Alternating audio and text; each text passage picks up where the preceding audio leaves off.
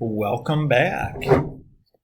Today we're going to be talking about powers and roots of complex numbers. So remember that when we talk about a complex number, we talk about something in the form a plus bi, where a and b are just real numbers, and I is this imaginary number that's equal to the square root of -1. So what we'd like to do is come up with a formula that lets us take z to any whole number power. So what we'd like to be able to do, like z to the n, which means that we'd have a plus b I to the n, which is like a plus bi times a plus bi, bunch of times. So this is my motivation for what I want to be able to do. If I look at this end of it, this is just a bunch of multiplications of complex numbers. So if you recall back to last time, we had a formula for the product of two complex numbers.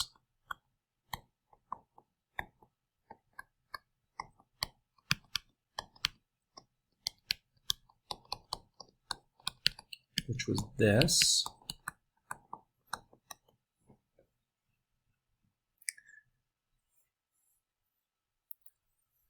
So if I apply this where the z's are identical, that are just equal to a plus bi, or r times cosine theta plus I sine theta.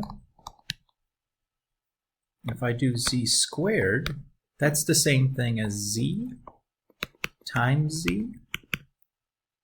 So that would be r times cosine theta plus I sine theta plus theta when I apply the product formula. Or this just simplifies down to r squared cosine 2 theta plus I sine 2 theta. So if I did it a third time, z cubed, I would just say, okay, that's z times z squared. So that's r times, r squared times cosine of theta plus 2 theta plus I sine theta plus 2 theta, which would simplify down to r cubed cosine 3 theta plus I sine 3 theta. And at this point, hopefully you see the pattern going on. So if I take z to the n, I'm just going to have r to the n times cosine n theta plus I sine n theta. So if we look above at what we did, the exponent on z matches the exponent on r, and the coefficients on theta. So this is a nice expedient way to calculate a power of a complex number. So for example, if I have z equals 5 times cosine 14 plus I sine 14, and I want z to the 5th, well, that's going to be 5 to the 5th times cosine of 5 times 14 plus I sine 5 times 14.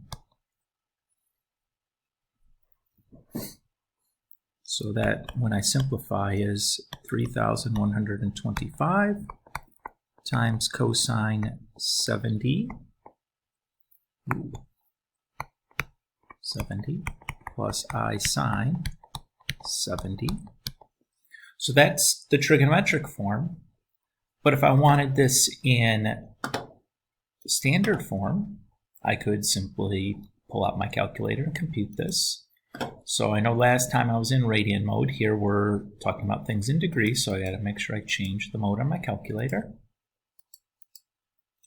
And then 3125 times cosine 70, and then 3125 sine 70.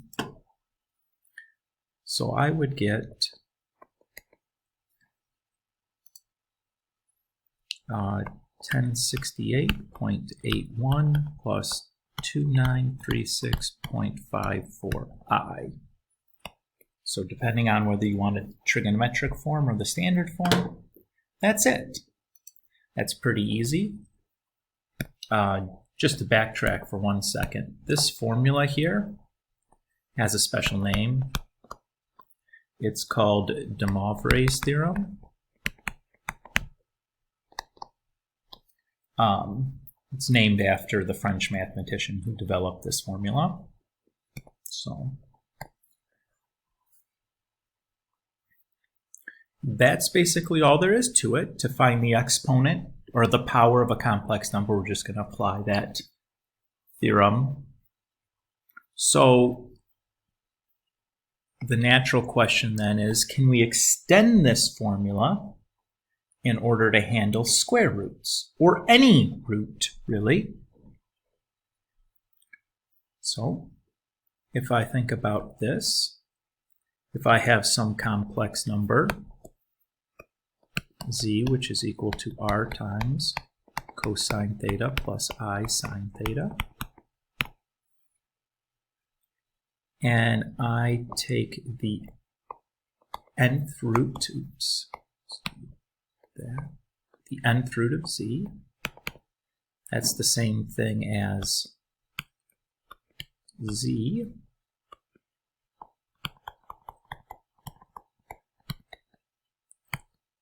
to the 1 over n. Again, remember that, just as an aside, that we have the exponent definition for a radical, right, where we can take any radical and rewrite it as a fractional exponent. So I have this, and if I then apply de Moraes theorem, I'm going to have r over, the nth root of r, or r to the 1 over n, either way of thinking about it is fine, times cosine of theta over n plus I sine theta over n. So there's my formula that I'll use. Now, keep in mind that when we do this, we can always so what I was saying is this theorem here, or this formula, doesn't tell the whole story, because it's actually a little, slightly more complicated than this. The reason being, remember when we talk about the square root of 4?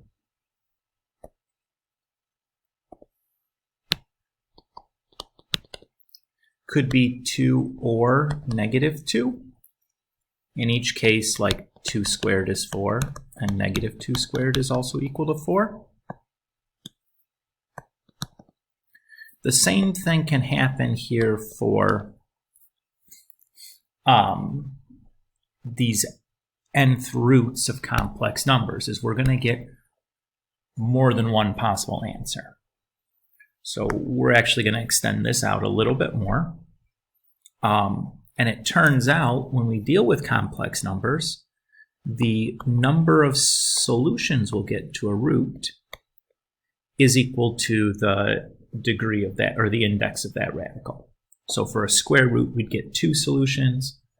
For a In cube root, we'd get 3. For a fourth root, we'd get 4. For a fifth root, we get 5, etc., etc., etc. And it's really quite easy to find these because all we're doing is finding coterminal pieces.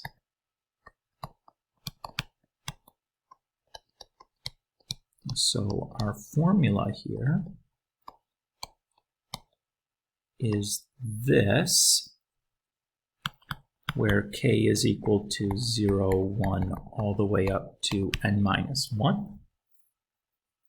Or, if you're working in radians, the radian form to this is going to be, instead of 360s, we'd have 2 pi's. And we'll do a specific example here in just a second.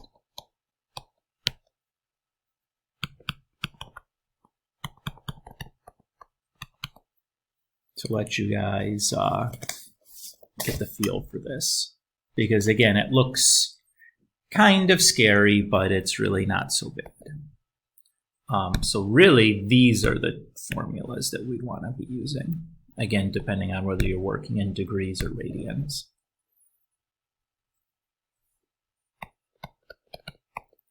So let's say we want the cube root of 3 minus 2i.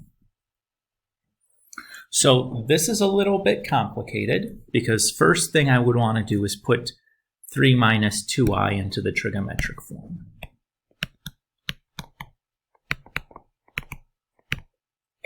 So calculating r is easy. That's just a squared plus b squared.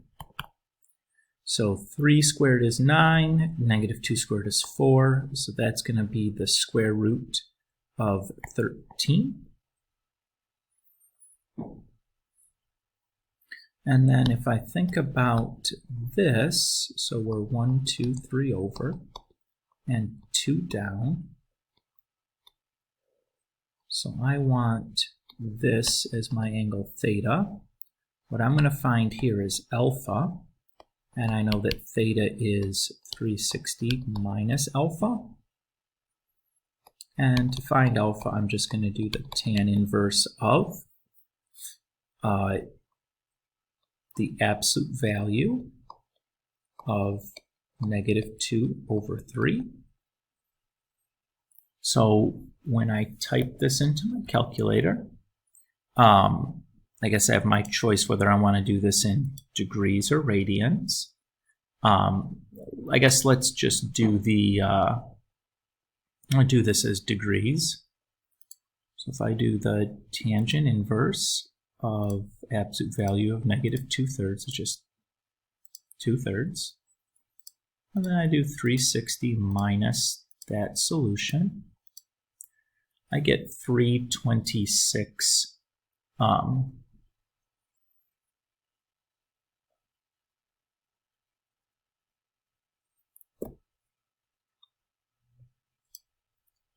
right, so hold on. Okay, sorry, technical difficulties. So when I calculate tan inverse of the absolute value of negative 2/3, I get 33.69. When I do 360 minus that, I get 326.31. Okay? So what that tells me then is that 3 minus 2i is equal to the square root of 13 times cosine 326.31 plus I sine 326.31. So that's my trigonometric form. Now that I have my complex number in trigonometric form, I can compute the 3 roots.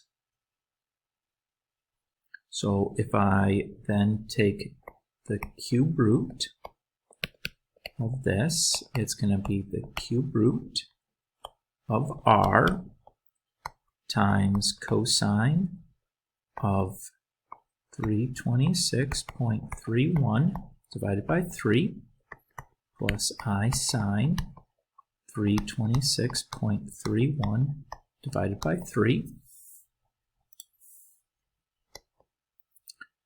That's one solution. Now that can simplify down to just being a sixth root. And I'm going to leave that as just a fraction.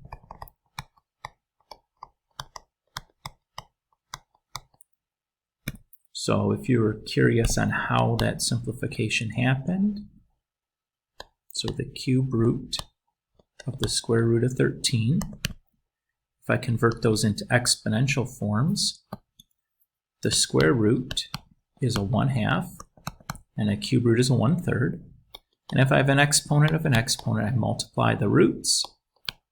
And then if I convert that back into radical form, I get the sixth root of 13. So this is one solution.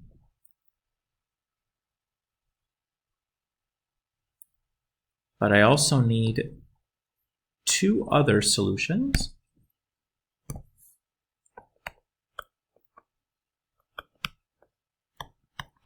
So if I add 360 to each of these angles,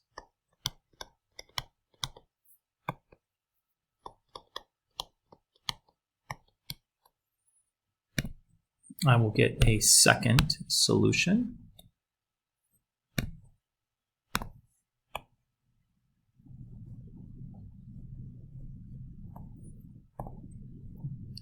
And if I add a second 360,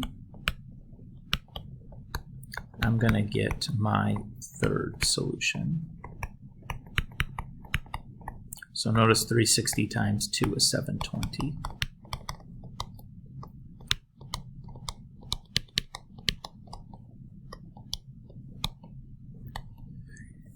So those are my three solutions in trigonometric form. Let's get these in standard form as well, because that's probably the way that we prefer to report these. So for the first one, we'll do math, and then I'll pick this option 5 that'll let me choose whatever the index is that I want here. So we'll do a sixth root of 13 times cosine of this number. And then we'll do the same thing with a sine instead of a cosine.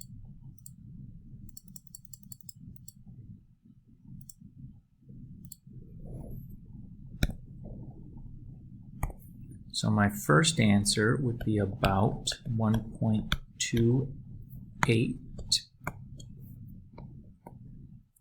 minus 0.85 I.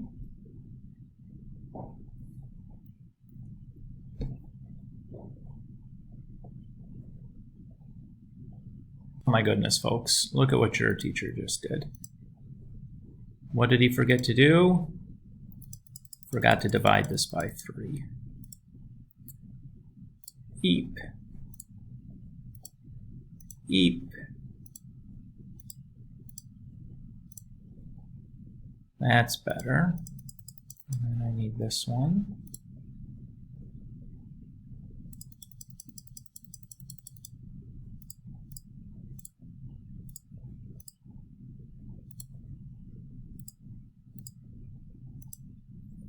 That's more like it. All right. So notice here that I did the cosine 1 second. So my first number is the negative 4.93, and then plus 1.452i. Okay. So if I take this last one and I add 360 to it, that gives me that. And if I change it to sine, I get that.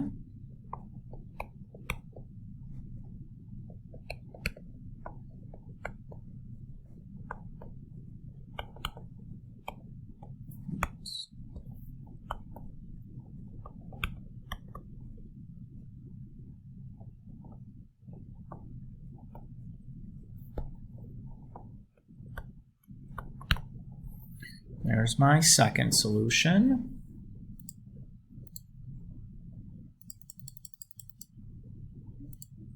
I'll change that to 720 now. And change that one to cosine.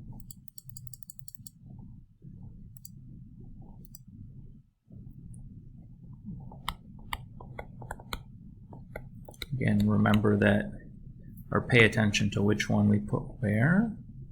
So that first number I calculated was my sine, and the second number was my cosine. So I'm going to make sure I put those in the right order. But that's it. So there's that. Not a big deal. Let's do one more, because that's kind of, well, that one got a little bit hairy on us. So let's try another.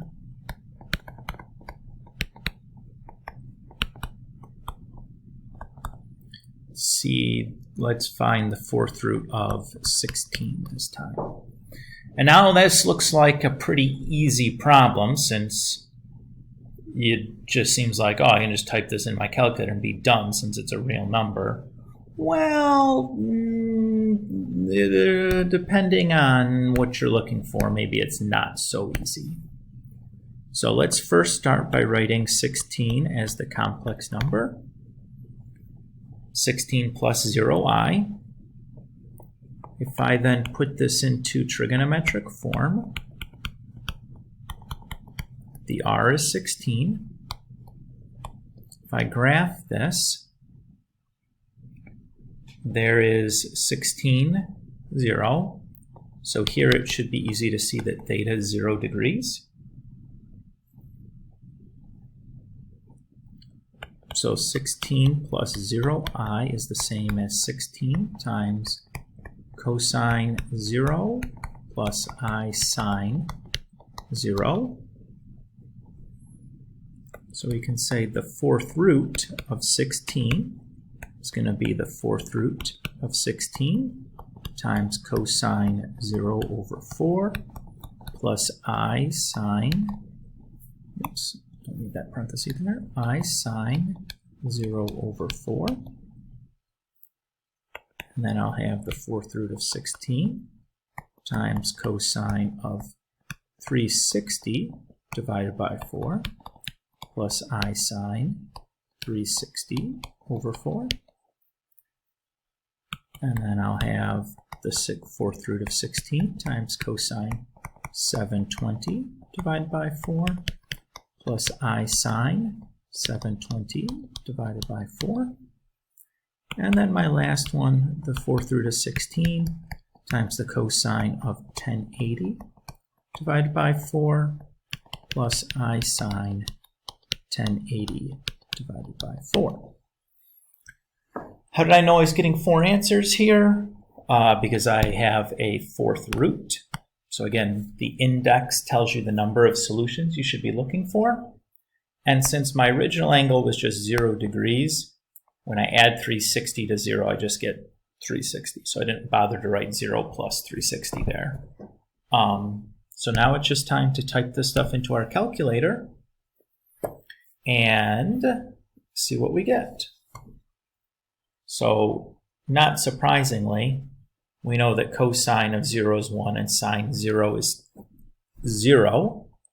So this just becomes the fourth root of 16, which is 2.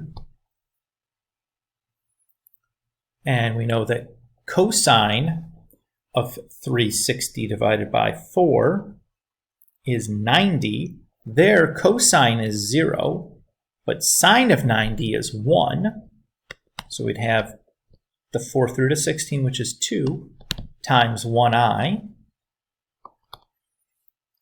Here, 720 divided by 4 is 180. At 180 degrees, cosine is -1 and sine is 0. So we'd have -1 times 2 there. And then the last one, 1080 divided by 4 is 270.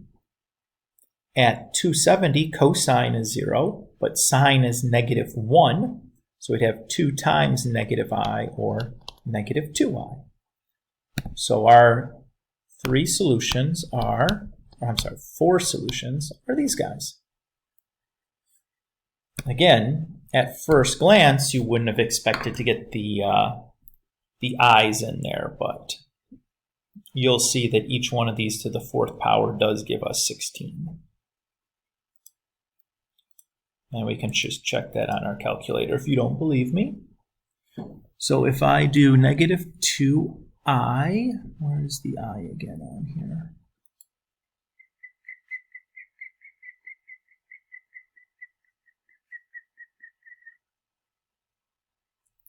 Here's the I to the fourth power is 16. And if you try that with each one of those, you're going to get 16. So that's, again, you can check these. And that'll do it for this section.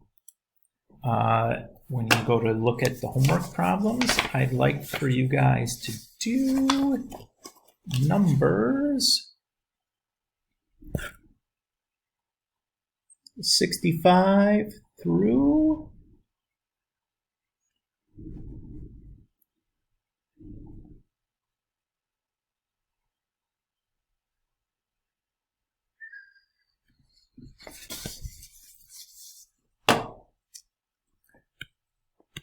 65 through 108. That's a lot. My apologies, but it'll be good practice. You'll be really good at this by the end.